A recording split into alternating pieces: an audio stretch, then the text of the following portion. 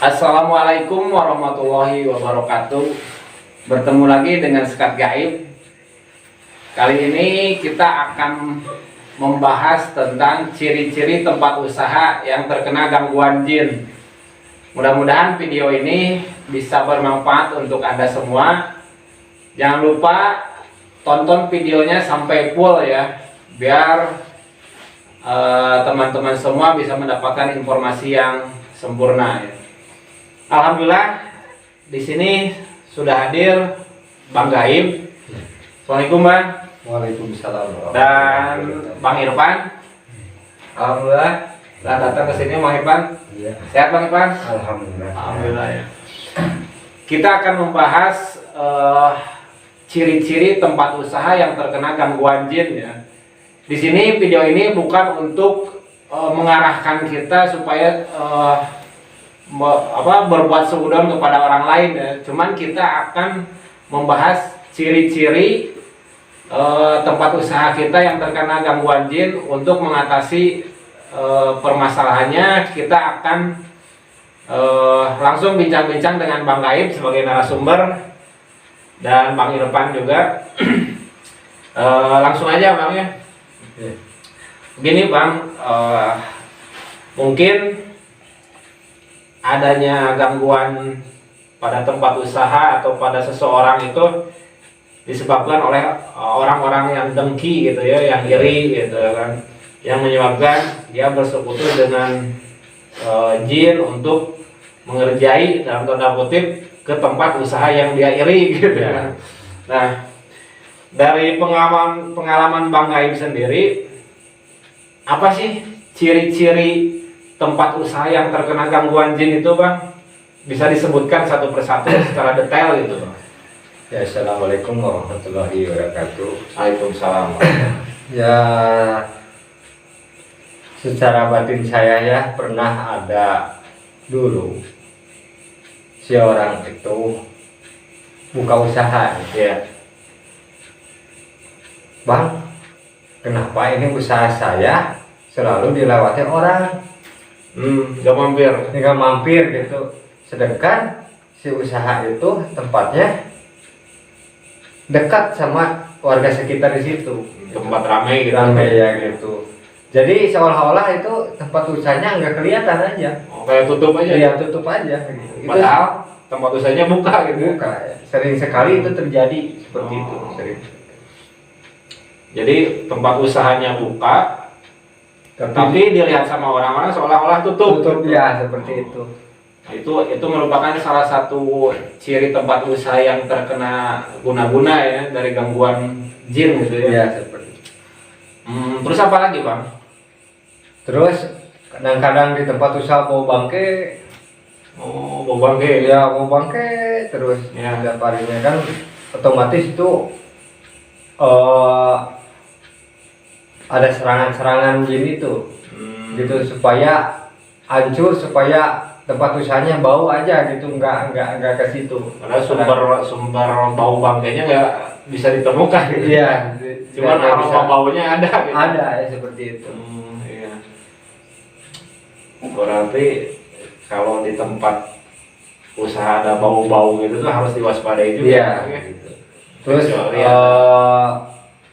tanah kuburan, ada yang yang nabur-nabur. Tanah kuburan ada juga seperti itu. Itu sering sekali itu terjadi seperti itu. Jadi media dari tanah kuburan, tanahnya disimpan di tempat usaha. Iya. Orang itu gitu. Supaya ya nggak laku aja gitu, nggak ada yang beli ya. Jadi bawaannya sepi mungkin. Sepi ya gitu. Apalagi Bang? Terus tulang itu kalau binatang apa ya disebutnya itu seperti muka. Binatang muka ada itu. Muka. Ya, yang tapi tengkoraknya aja itu dibungkus sama kain putih lalu dikubur di depan toko seseorang itu pasti itu tokonya pasti apes itu. Oh gitu. Ya. Jadi cuman tulang-tulangnya bukan makhluk ya gitu? Bukan. tulang-tulang. Muka itu seperti apa ya? Seperti Koala gitu lah apa ya? Gimana? seperti kalau itu mah musang, seperti Oh, musang. seperti musang. Seperti musang ya, seperti itu. Seperti musang tapi ya suka nempelin tangannya ke muka gitu. Jadi Oh, disebutnya muka. Kalau ya. di Sunda gitu. Ya, kalau di Sunda gitu. Itu juga binatang itu bisa dijadikan mediasi untuk mengguna-gunai gitu Ya. kan. Terus bangbung hidung, kalau orang Sunda bilang ya bangbung hidung. Itu biasanya kiriman itu. Oh. Kiriman dari ya seseorang gitu yang mau melakukan kejahatannya ke Hmm, kadang-kadang ke toko, kadang-kadang ke badan itu ya. badan gitu, ke badan yang mempunyai toko itu gitu. Ya, jadi apa tuh bambung tuh apa ya? Bahasa Indonesia tuh Itu seperti apa ya kalau disebutnya kumbang seperti kumbang, seperti kumbang ya. cuman besar gitu ya. Ya, kumbang hitam memang besar gitu. Ya, itu juga bisa dijadikan patut diwaspadai juga Ya. ya. Kalau misalkan di tempat usaha tiba-tiba ada semacam kumbang apa bambung ya kalau dalam Ya. bahasa Sundanya masuk ke tempat usaha. Itu harus gimana? Dibunuh atau gimana itu, Bang? Kalau ada binatang seperti itu masuk ke tempat usaha. Sebenarnya nggak perlu dibunuh ya, nggak perlu dinasain itu si kumbangnya itu ya, kumbang hitam itu atau bambu hitam itu. Ya. Kita cukup aja baca dulu, niatkan dulu, Ya. kita yakinkan dulu ke Allah, ya Allah, Doa gitu ya. berdoa, lalu udah berdoa kita ambil itu si kumbang hitam atau bambu hidung, Ya. dimasukin ke dalam botol. Oh, masukin dalam botol. Dalam botol ya, tapi tetap harus di dalam botol plastik. Buang itu udah dimasukin botol dibuang aja gitu. Dibuang aja ya. Tapi sebelum dibuang kita baca dulu kalimat-kalimat, berdoa dulu kepada Allah Subhanahu wa taala supaya kita diselamatkan dengan hal-hal negatif seperti itu. Iya, ya. Itu beberapa ciri-ciri tempat usaha yang terkena guna-guna ya. Ada lagi, Bang?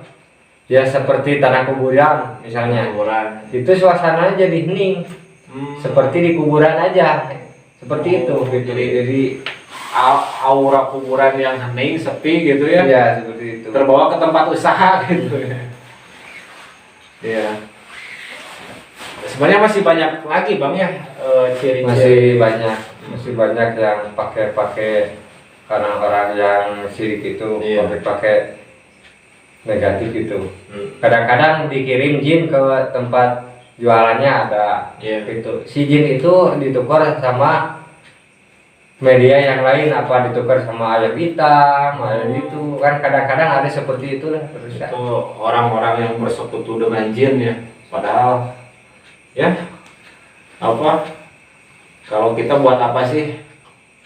Merugikan orang lain, merugikan gitu. orang Sama lain. juga merugikan diri sendiri gitu ya. Nah, kalau Bang Irfan sendiri ada nggak, Bang? Kata Bang Gaib kan tadi sebelum ini, Bang Irfan ini salah satu orang yang pernah pengalaman ada tempat usahanya pernah diganggu gangguan gitu, Bang. Iya, Gangguan jin. Iya. Apa yang Bang Irfan rasakan waktu itu, Bang? Pertama saya tuh merasakan mau buka tempat usaha tuh kan saya dagang bubur ayam gitu ya. Ya. Ya mau ibaratnya mau dagang itu mau ngadonan bubur itu ibaratnya suasananya apa sih? Ramai. Jadi nggak enak karuan kan, Oh. gitu. Jadi nggak karuan gimana gitu kan, apakah ini mau usaha apakah enggak gitu. Iya.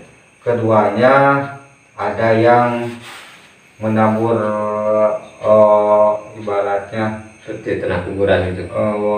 seperti padi gitu. Seperti padi. Jadi seperti Padi apanya, Bang, itu? Padi Gagangnya apa gimana? bungkus padinya gitu. Oh, bungkus padi. Gabahnya Ya, itu. gabahnya Oh. gitu, menabur gabahnya. Ya, biasanya di itu sekeliling tempat usaha saya gitu. Nah, kalau kasus Bang Irfan tadi, Bang, di tempat usahanya kan ada yang naruh gabah-gabah gitu ya. Ya. Itu salah satu media untuk mengguna-gunai juga bang. Iya, seperti itu. Jadi itu kalau disebut mas, supaya itu jadi otomatis ke ke pemiliknya kadang-kadang jadi kalau bahasa Sundanya micin memerang gitu. Micin memerang itu jantan dia amun dina ieu mah buat itu bikin dia jadi ngakaruan aja gitu. Jadi banyak nggak ada karuan aja di badannya gitu, di keluarganya gitu, jadi gatal-gatal atau gimana gitu, seperti itu. Nah itu bang, waktu menemukan yang tadi itu gabah padi itu, apa yang dirasakan abang waktu berusaha itu? Jadi usahanya tuh sepi gitu. Sepi, padahal sebelumnya enggak sih, ramai gitu usaha tuh. Nah, sebelum ada yang nabur gitu tuh ramai, alhamdulillah gitu. Pas ada yang nabur jadi Drastis gitu ya? sepi itu diketemukannya sama istri saya gitu. Ya udah 3 kali itu yang nabur itu gitu. Tapi sekarang udah aman bang ya? Alhamdulillah sekarang udah aman gitu.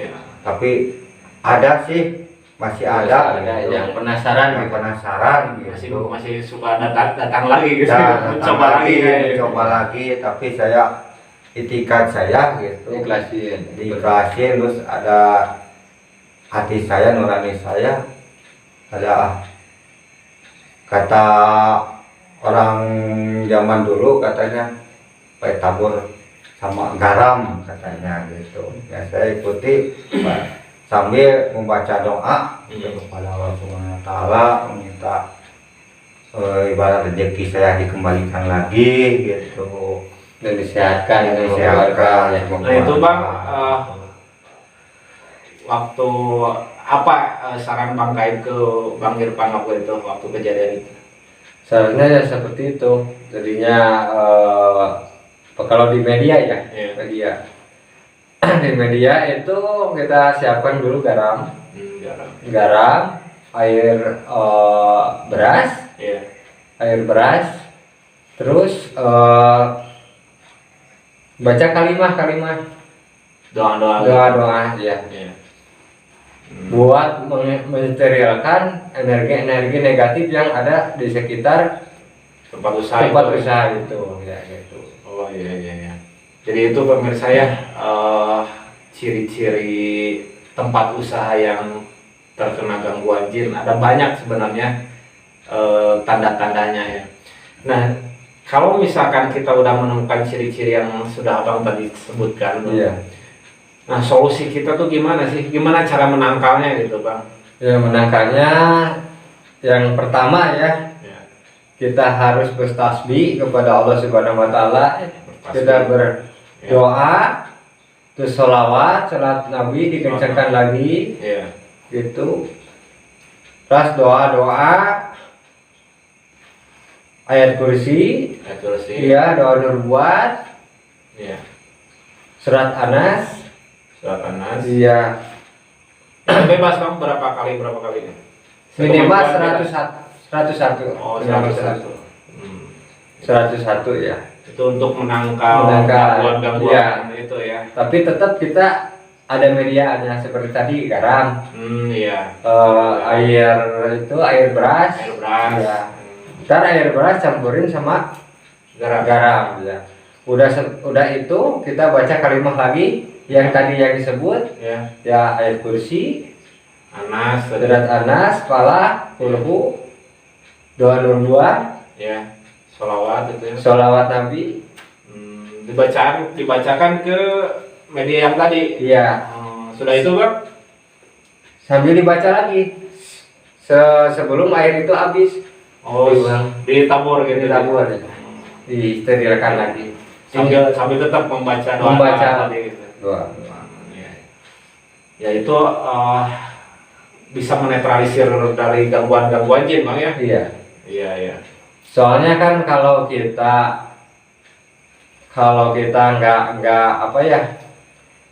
nggak ada media atau itu, takutnya kan itu kembali lagi gitu. Iya. Insya Allah atas izin Allah Subhanahu Wa Taala itu hal-hal negatif yang gak karuan itu insya Allah hilang gitu. Jadi begitu pemirsa ya, jika Anda misalkan di tempat usaha merasakan ada gangguan-gangguan jin seperti itu, bisa mencobanya dengan cara yang tadi ya, dengan media, garam, dan air beras. Insya Allah dengan media itu bisa menetralisir gitu Bang ya. Ya seperti itu. Ya. Mungkin video singkat dari Sekat Gaib tentang ciri-ciri tempat usaha yang terkena gangguan jin kami cukupkan sekian dulu pemirsa ya. Terima kasih yang sudah menonton full video ini. Semoga rezeki Anda berkah, bertambah banyak. Jangan lupa untuk subscribe, like, dan komen, serta jangan lupa juga share ya pemirsa ya. Begitu. Terima kasih Bang. Ya, sama-sama. Ya, Assalamualaikum warahmatullahi wabarakatuh.